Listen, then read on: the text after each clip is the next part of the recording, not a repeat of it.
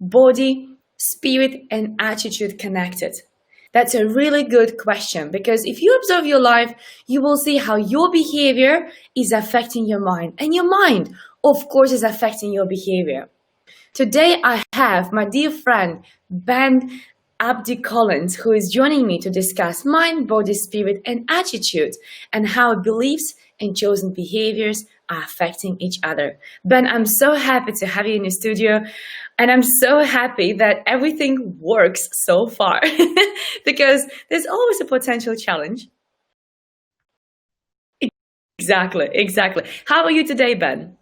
Yeah, I'm good, thank you. I love sitting here with lights pouring on my face. No, I'm really good, thank you, Olga. It's a pleasure to be here, and always a pleasure to chat with you because we've always had interesting conversations. Not normally at this time of day; it's normally dark for a few hours by the time we speak. But hey, time for a change.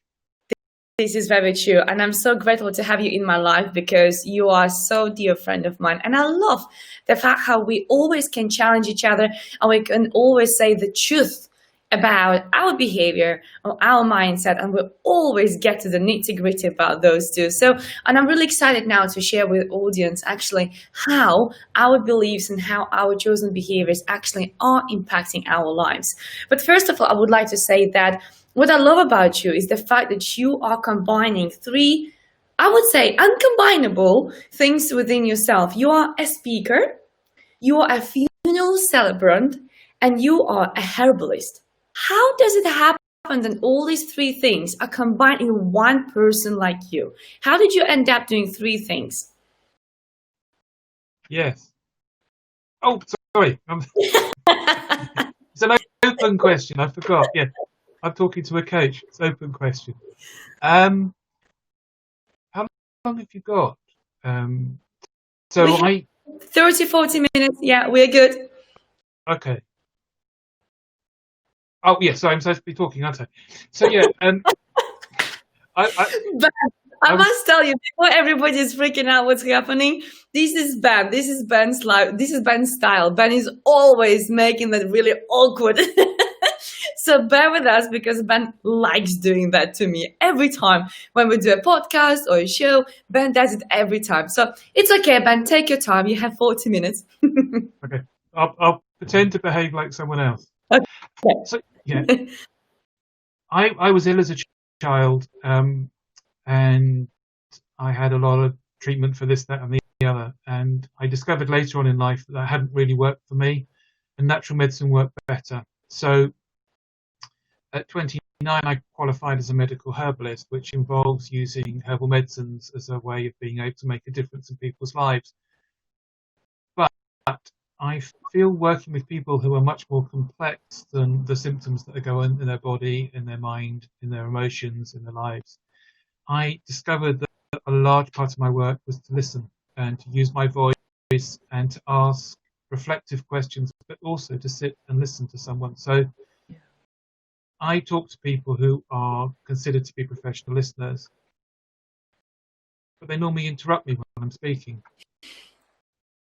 For me, my record is something like 50 minutes of being absolutely silent and hearing what someone else has got to say because they just need to speak. So working as a professional listener meant I get to hear things. Sometimes it's those gaps between the words, the gaps in the emotions, the gaps in the feelings that they're showing without actually saying anything, because we're always a bunch of emotions, a bunch of reactions, a bunch of behaviorisms that show up not necessarily in body language, because you can meet those people who've got a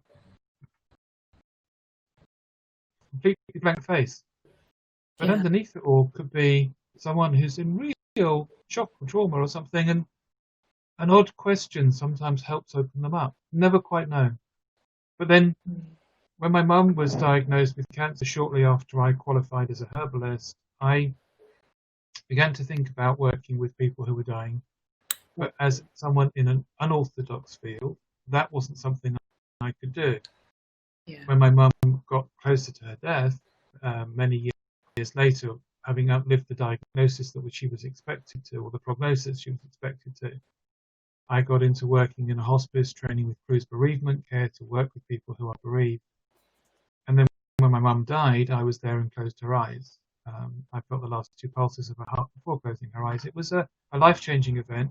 And not long later, a friend of mine who is an interfaith minister said I'd make a good funeral celebrant because I have about a 30-year history of studying various different types of spirituality, and I have no dogmatic belief process that interferes with my ability to help people. Put the whole lot together, we've got a mixture. I also write. So I'm used to writing, I'm used to speaking at services, I'm used to listening to people, I'm used to working with people, I'm used to loving and caring for people. And as a result of all of that, I discovered that I can stand up and I can speak on stage with a sense of humour. So yes, I was being a bit naughty at the beginning of this conversation. But the thing is, humour goes a very long way in building bridges. Yeah. And it's a powerful thing. And sometimes it's a matter of a moment's silence. Makes all the difference in the world. I've discovered the moment I stand up to speak, I wait. And then people are already listening because I haven't started. But if I went straight into speaking all this because I've got something to say, I want to say, it's really irritating, and some speakers do that. Yes. And it's like almost the irrelevant person in the room is the person who's speaking. The message is what's important. The ability for someone to feel cared for and engaged with is important. We're just channels. So as a herbalist, I'm just a channel. As a writer, I'm just a channel. As a speaker, I'm just a channel. That's what I'm there for. And as a celebrant, I'm putting all of those things together. And to be honest, working with death, speaking for the dead, speaking to the living who are there to celebrate the lives of the person who is dead, has actually saved my life. Wow. Do you mind to elaborate more on that? Is it about the situation when, because I remember you once passed out and you kind of can't remember some time out of your life. Is it that situation? Oh, that one. Oh, it's a different one. Tell me more then. Oh, okay. Well, I wasn't expecting that question, but then you didn't give me any questions at the beginning of this. I was on my way to meet a family last year on the hottest day of the year. I think it was the 25th of July. And I've been tired. Now, these are clues for people to pay attention to. I was tired. I felt gritty. I felt tired. I felt exhausted. I'm not normally good in the heat. So it was a hot day. My other half had the car. So I was going by tube and then I was going to walk. Yeah. And I thought best thing to do was I'll sleep for an hour. So I slept for an hour. I got up. I was running late. I rushed to the station. I live 7 minutes from the platform at the station. I remember racing up the stairs. I remember getting to the top of the stairs, looking to the platform which goes towards London, which is where I normally go, realizing I needed to go to the other platform on the other side. I remember taking a couple of steps in that direction, and then an hour and 50 minutes of my life vanished. Wow. I went up the platform. I stood where I needed to stand to get onto the right carriage, so I was obviously aware of what was going on. I collapsed against the sign. I fell over and I hit the floor, banged the back of my head. Now, people looked at me as if I was drunk. You know, obviously, like, passed out, I'll get out. And the station staff realised that there was something very wrong. Having been told, they looked at the cameras, they could see me literally flapping on the ground. I had blacked out, but I wasn't unconscious. Right. Came up, checked me over, called the blue light ambulance, who came up with all the equipment. They checked me out, took me downstairs, put me in the wagon, checked me out, took me off to hospital, and then I sort of like, I'm lying in a hospital bed, and it's like, oh, hello, my other half and the doctor, there's my stepdaughter, son-in-law. Wow. I had no idea what was going on. I'd been making phone calls, I'd been in a CT scan, I've been having conversations, I've been having a debate with a doctor because my blood pressure was through the roof. Right. How I didn't have a stroke or a heart attack or fall onto live rails, I have no idea. And I would say that was a life-changing event. So put it way, our bodies tell us that it's got symptoms for a very, very good reason. If you feel horribly fatigued and massively pressured at the same time, there is probably a good indication that your body's in trouble. So I was relatively dehydrated. I'd just been booked to do a service for someone who I knew. So I've only ever done one funeral for someone I've known. I'd only just been booked for that. That was a pressure, hot weather, and I blessed the fact I didn't have the car. Wow. Oh, yes, because you could have just crashed or something would happen.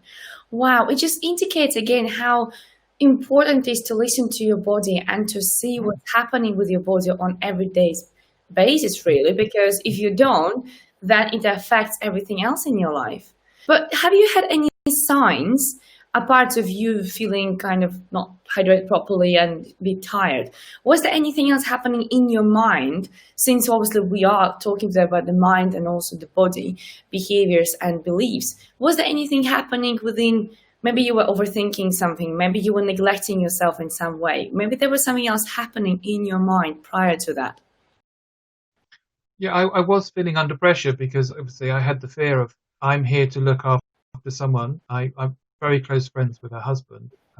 Right. And she, like my mum, had breast cancer that had gone on to secondary cancers. So it was a little bit of a repeat of my mother's experience. I was due to do a service in a different way to what I'm used to doing. It was hot weather. I hadn't drunk enough. I wasn't taking proper care of myself. And I just put myself under a huge amount of pressure to achieve things. Now, I'd also been, this is another thing, I'd been ignoring my own blood pressure for years. Yeah. So it was the standard of, it's like, have you ever seen the movie Perfect Storm? Yeah. Yeah, it was a perfect storm. As I think many things are in life. And for me, it was a wake-up call, because also, as a herbalist, I typically treat chronic illness and a lot of psychosomatic issues. This was an acute problem that pushed me way beyond the limits I thought I possibly could manage. Wow. I had to realign my thinking, and I was very, very lucky. I got the most amazing doctor who has been kind, who has been generous, who has looked after me, has cared for me ever since. So I had another medical emergency less than 2 months later. But in the process of trying to work the system that's designed to protect me and the public, I had to have my license removed. So I wasn't allowed to drive anywhere. Well, as a celebrant, my job is to go out and visit families.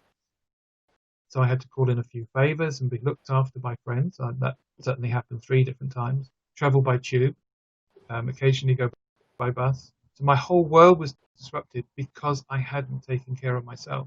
Wow. And then, as I say, in September, I woke up shaking like a leaf and my teeth chattering. I've never been so ill in my life that I can remember.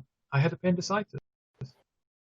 So I was blue lighted into hospital. So 2 little trips, same A&E, same hospital that I used to think nothing of, that I now think is wonderful. Yeah.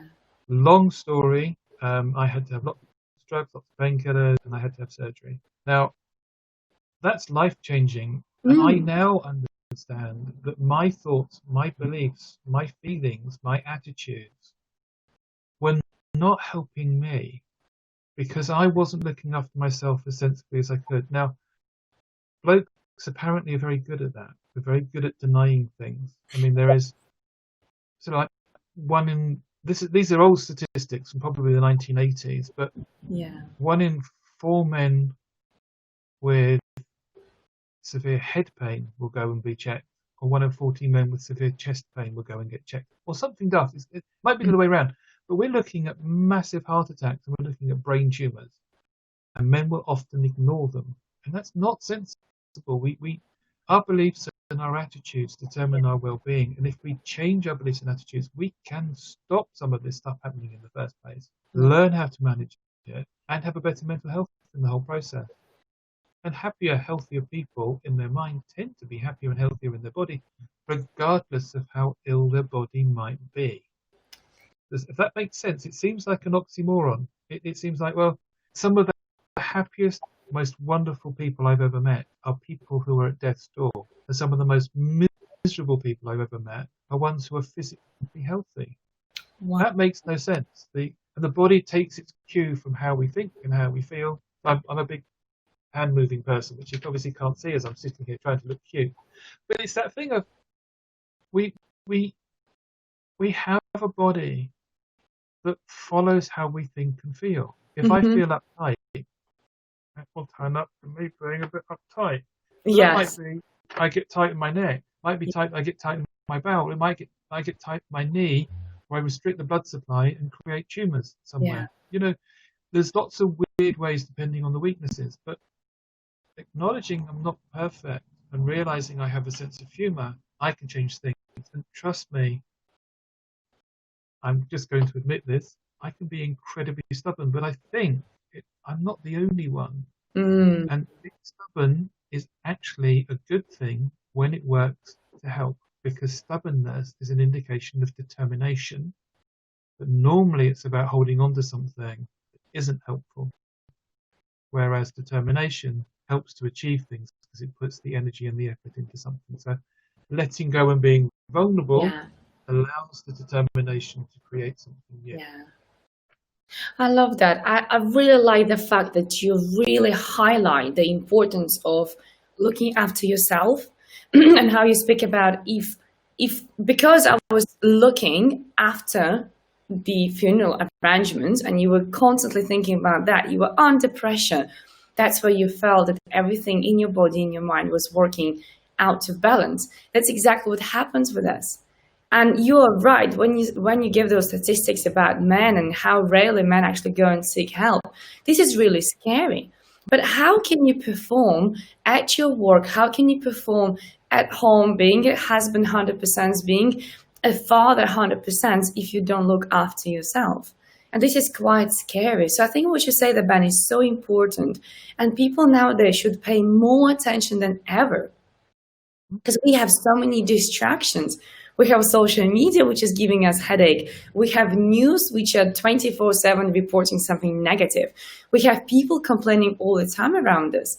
So, Ben, what do you think, how people can protect their mind so their mind doesn't affect their body and doesn't affect their behavior? What people can use to actually protect them? How long have I got? Another 25 minutes or so. I know you can talk for hours about that. No, there are no simple answers. The thing about being a human is that we all have senses, and most of us are a lot more sensitive than we will admit to or agree to, because we wall ourselves up, much like oysters. We can take things in and stick them into a pearl and pretend they don't exist. But if you leave a pearl long enough in an oyster, the oyster becomes smaller than the pearl, and the initial problem actually dominates their life. And I think it's the same as human beings. We are massively overstimulated. Yes. However, if you meet someone from the countryside, if you like to go down to Cornwall, people speak slower because very few things happen in Cornwall, and they happen very slowly.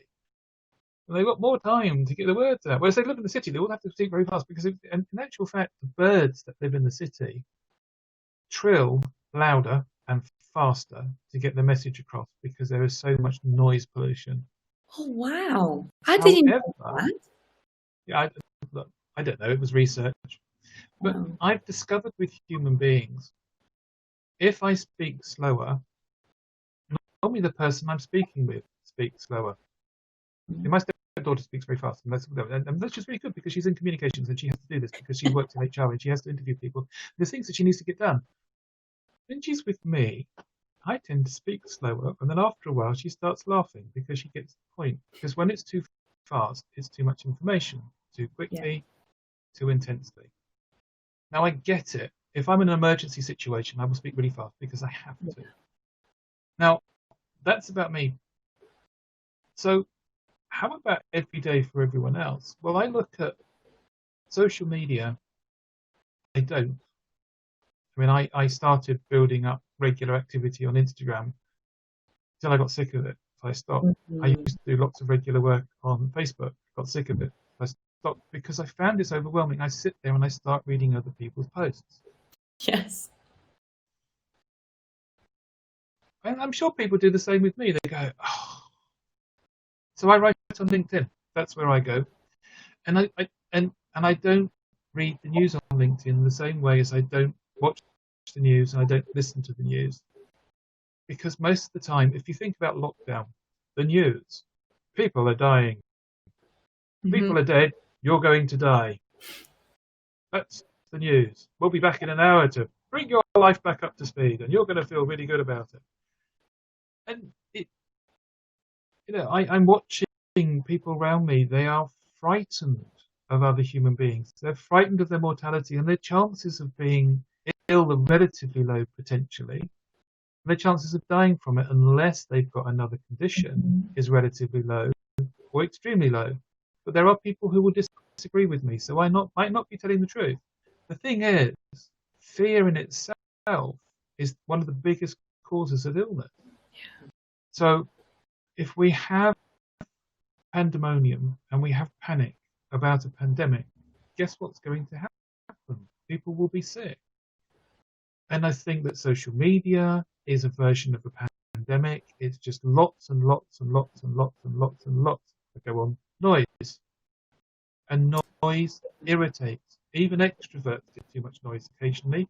Yeah. And for those of us who are prone to being introverted, which is a good third of the population that can go up. So even extroverted people who love to go out and dance, they love to be involved in the middle of things, can be incredibly introverted to make that possible. Now, if we are overstimulated, we will get ill. If you remember, beginning of lockdown, everyone was on Zoom immediately. Everyone was all over Facebook. It was like a flipping rash. Everyone was broadcasting. It was hard work. It was frightening as to how much was going on. It was overstimulating. Yeah.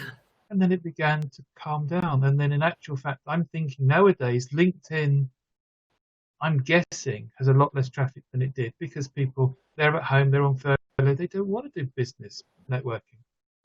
I don't know. So to me, get the amount of stimulation down. Don't feed physical stimulants into your body because most of the time your body actually doesn't need them. It needs more rest, more care, more nourishment, more hydration, more consideration. Yeah. And it needs love. So if you do that, then the other bits tend to work better. But we have, I'm going to fix my problem by having another dose of caffeine. I'm going to fix my problem because I'm going to drink some Lucozade, which is full of glucose. I'm going to have a Red Bull, which has got some taurine and glucose in it. There we go. Yes. Why am I sick? I have no idea. Exactly. After so many stimulants, after so many negative things which are just poured at you from all different sources, and after you staying in that state because of your choice. Again, we all have a choice. And it's quite remarkable how sometimes you meet with somebody, pre-lockdown, there was some time, you remember, Ben, when people used to meet. And then you sometimes... I've forgotten 56 years of my life. I've only got the current few months.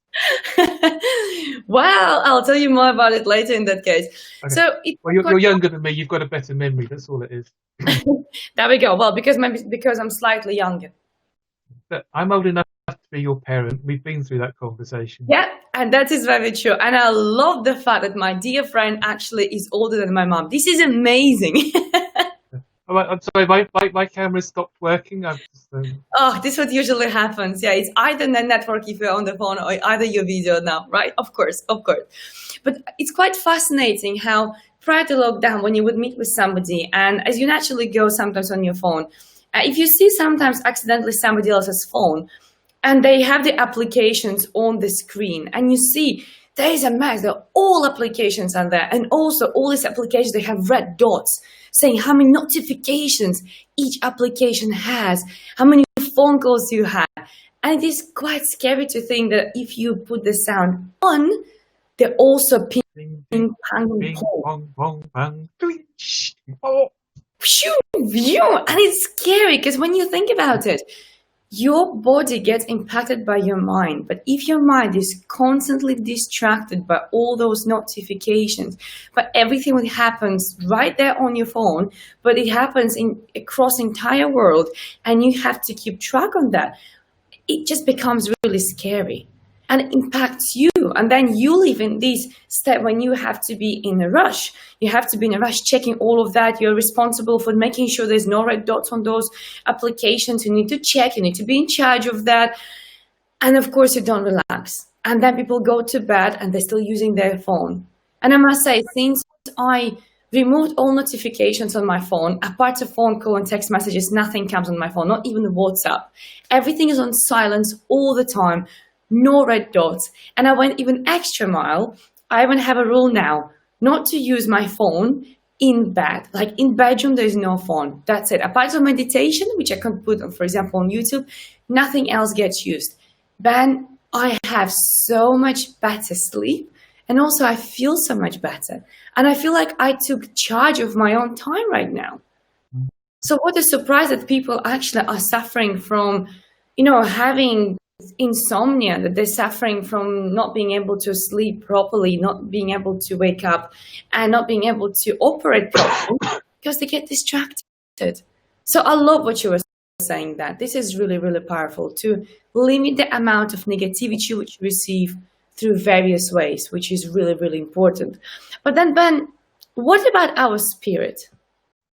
How can we look after our spirit? How can we make sure our spirit also stays happy and clean and has crystal clarity? How can we look after our spirit?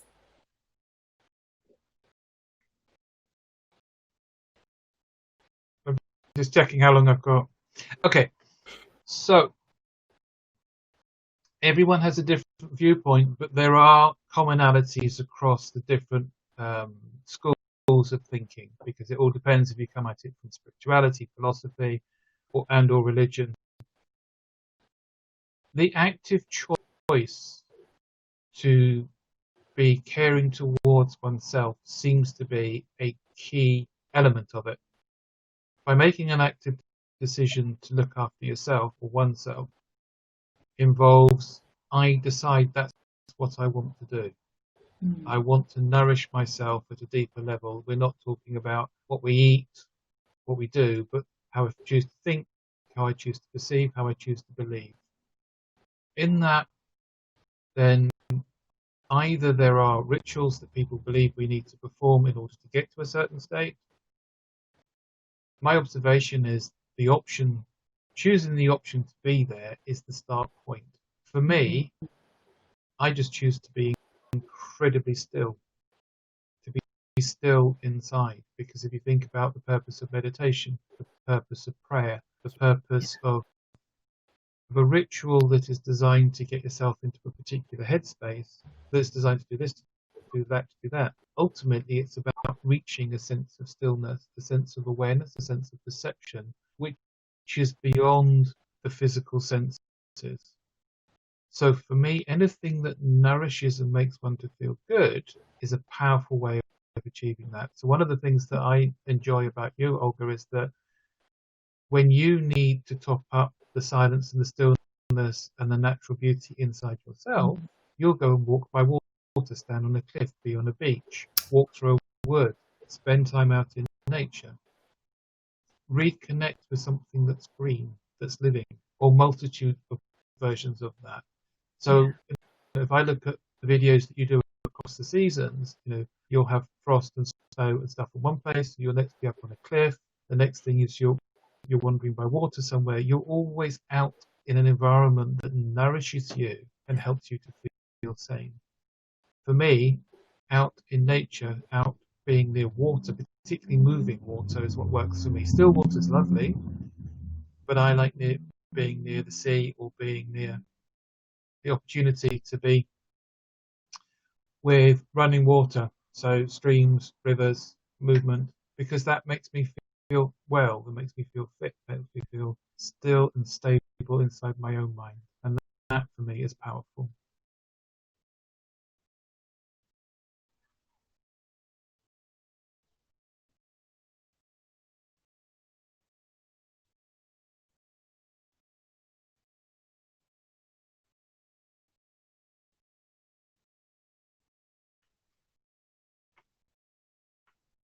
Now, I'm not quite sure what's happening because I've lost Olga.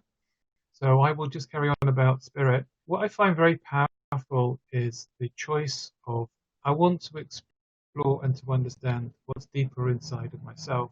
And one of the best ways of doing that for me is to reconnect with values. For me, the essence of spirituality is about love, it's about acceptance, it's about understanding, it's about care, it's about being kind, it's about being considerate, it's about being compassionate.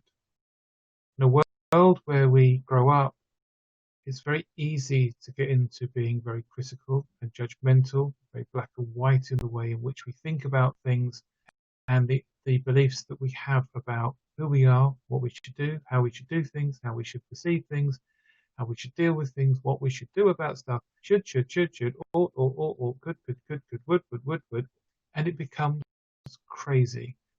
Those are things that draw us or push us or pull us further and further away from our own true nature, which is about being accepting, because I believe all of us like to be accepted, acknowledged, because I believe all of us need to be acknowledged,